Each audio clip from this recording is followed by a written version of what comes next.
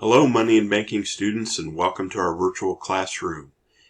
This week, we will look at Chapter 11, the Economics of Financial Regulation, and we're going to look at the public interest and private interest models of government and explain why they are important.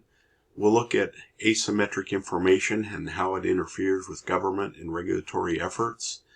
We'll describe how government regulators exacerbated the Great Depression. We'll also take a look at the savings and loan crisis and regulatory reforms in the U.S. and both Basel Accord. As you know, the coronavirus has impacted the financial markets greatly.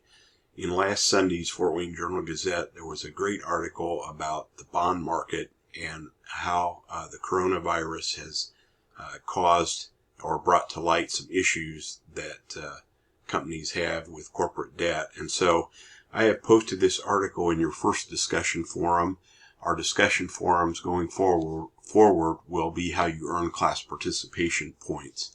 And so I want you to read this article in the discussion forum and then answer the question, what can you glean from this article and how does it integrate with our study of money and banking? Our second discussion question in the forums is, why can't the government or regulatory authorities legislate bad things out of existence? Anytime there's a failure in the markets or there's some kind of economic crisis, or I'm sure we'll see from the coronavirus, COVID-19, the immediate jump to answer is we need more regulation. We need to enact more laws to protect the public and to keep people from being taken advantage of by bad actors. In this chapter, we're going to look into why that doesn't always work out the way it's intended to. Two models that we're going to look at in the chapter. First, the public interest model, which basically the premise is that government officials work in the interest of the public. In other words, they're elected to office or they work for a regulatory agency, and their main objective is to protect you and me and to look out for our best interests. The second model is the private interest model, which basically that premise is that government officials, even though they're elected or appointed, they work in their own interests rather than for the interests of the people. Here's something to consider, and I almost asked this as one of your discussion questions. So which of these models do you think best represents our current government? And if you're an international student, which of these represents your particular government? The public interest model or the private interest model? Here's a little story for you. In the 19th century, Baltimore and a few other U.S. cities claimed that some rogue securities broker-dealers had defrauded widows and orphans. Their solution was to charge brokers a $50 licensing fee, which is the equivalent of $5,000 today. Was the legislation effective? It certainly helped the politicians who passed the law, which raised revenue for the government in a politically savvy way. It didn't stop fraud, though, because brokers with theft on their minds either didn't buy the licenses, counterfeited them, or did buy them but made the cost back with their shenanigans. Not that there were many instances of fraud anyway. Scams are sort of like viruses. If they are deadly to their host, they tend to die quickly themselves because they limit the means of their propaganda. In the past, we've talked about asymmetric information, and that's where one party knows something that the other party doesn't know.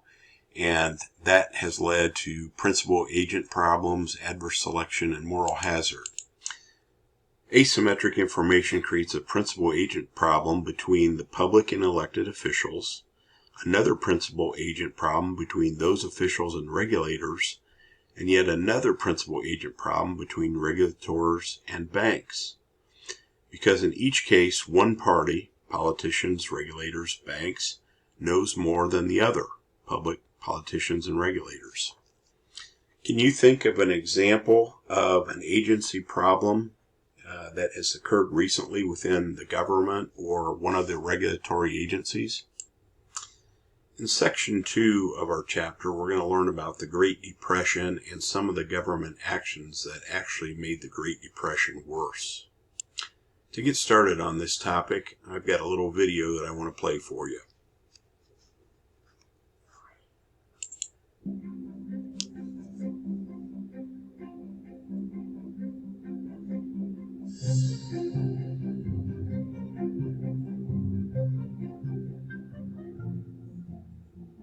The Great Depression from 1929 to about 1940 was a time when this nation really struggled economically.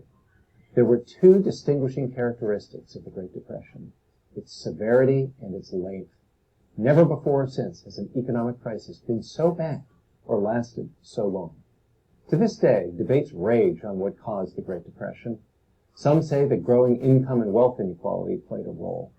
Yet inequality has been more extreme in other periods of history not marked by recession. Others point to increases in consumer debt in the 1920s, caused by a shift toward consumer-oriented businesses, such as automobiles and movies. However, the economy had endured waves of innovation before without collapsing. And still others have pointed to margin loans that speculators took out to buy stocks. They could only be paid back if stock prices kept going up. But even though stocks crashed in late 1929, they went right back up in the first half of 1930, and only then did the economy go into free fall, with the stock market following. So stock market losses don't seem to explain the Depression either. There are other schools of thought that say the causes of the Great Depression can be found in the banks and the monetary system. From 1929 to 1933, over 10,000 banks failed in the United States. Some argue that simple panic was responsible. A few banks began to fail, everyone rushed to withdraw their deposits, and this led to a widespread collapse of the banks. Others point to the stinginess of the Federal Reserve in this period as the reason for the credit contraction that felled the banks.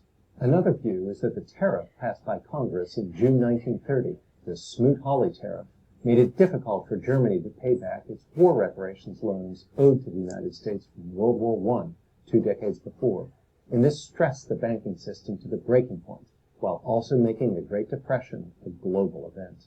Whichever of these theories is correct, what's indisputable is that the Depression was terribly severe. Economic output went down by 25%, the largest drop ever. Unemployment reached a staggering 25%, and this figure does not include millions of previously employed people who gave up on finding a job altogether, or the many who were underemployed, working fewer hours than they had before for less pay. As 40% of the nation's banks failed, the prices of goods also fell. This meant that producers, particularly farmers, found that sales of their goods were bringing in far less than expected. A cycle developed where deflation discouraged farms and businesses from production because the final sale price would be too low to recoup costs. But the other thing that scholars have to try to explain about the Great Depression, along with the causes of its severity, are the causes of its extraordinary length. The Depression was at its worst in the collapse of 1929 to 33, but the subsequent recovery was sufficiently weak and inconsistent that conventionally the entire 1930s are spoken of as the Depression decade. While there was increasing economic growth in the mid-1930s, a recession that hit in 1937-38 was almost as bad as the start of the Depression itself. For the entire decade, the stock market never regained the levels of the 1920s. Some think that the reason the Depression lasted as long as it did was President Franklin D. Roosevelt's New Deal program. This program spent billions of dollars and employed millions of people in an effort to stimulate the economy. Today, these kinds of initiatives are called Keynesianism, after the economist John Maynard Keynes at the time. These New Deal programs were accompanied by new and intensive government regulation of business. Some think these programs and regulations were responsible for the incomplete and inconsistent recovery after 1933, when Roosevelt came into office, because the massive government spending and burdensome rules kept workers idle and discouraged business investment. In this view, FDR's programs had a push-pull effect, some of them encouraging recovery and others preventing it. While historians still differ on the causes and severity of the Depression, One thing that is agreed upon was that Americans suffered through an entire decade that was very different from the prosperous 1920s.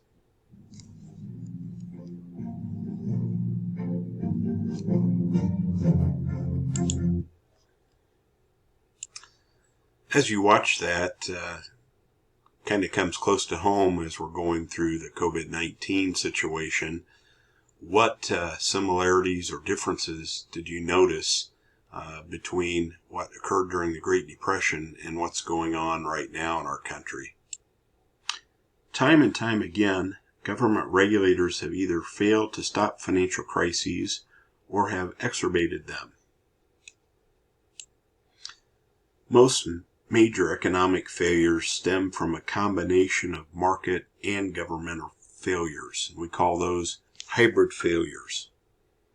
Market failures stem from asymmetric information and externalities, whereas government failures stem from regulatory, fiscal policy, and monetary policy decisions.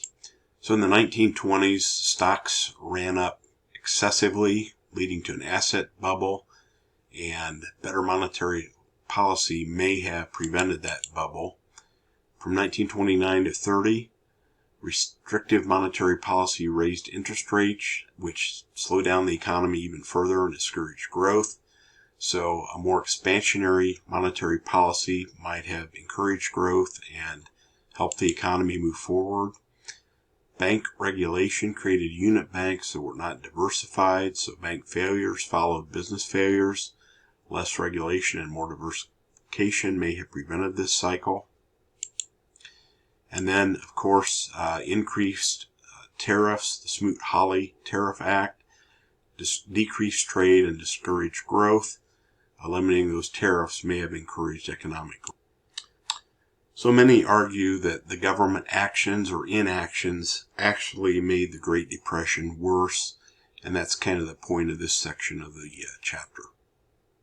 Some things that the government and regulators did following the Great Depression: formation of the FDIC to make depositors whole in the event of bank failures, the Glass-Steagall Act to separate commercial and investment banking activities, and then also the formation of the SEC to help regulate public incorporation and to give investors the information that they needed and verify that information.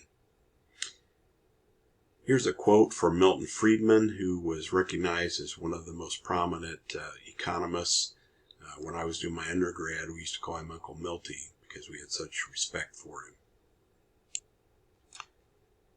So I'm going to go ahead and end this session, and we'll do another video for the remainder of the chapter. Don't forget to answer the discussion forum questions that are posted in Moodle for you.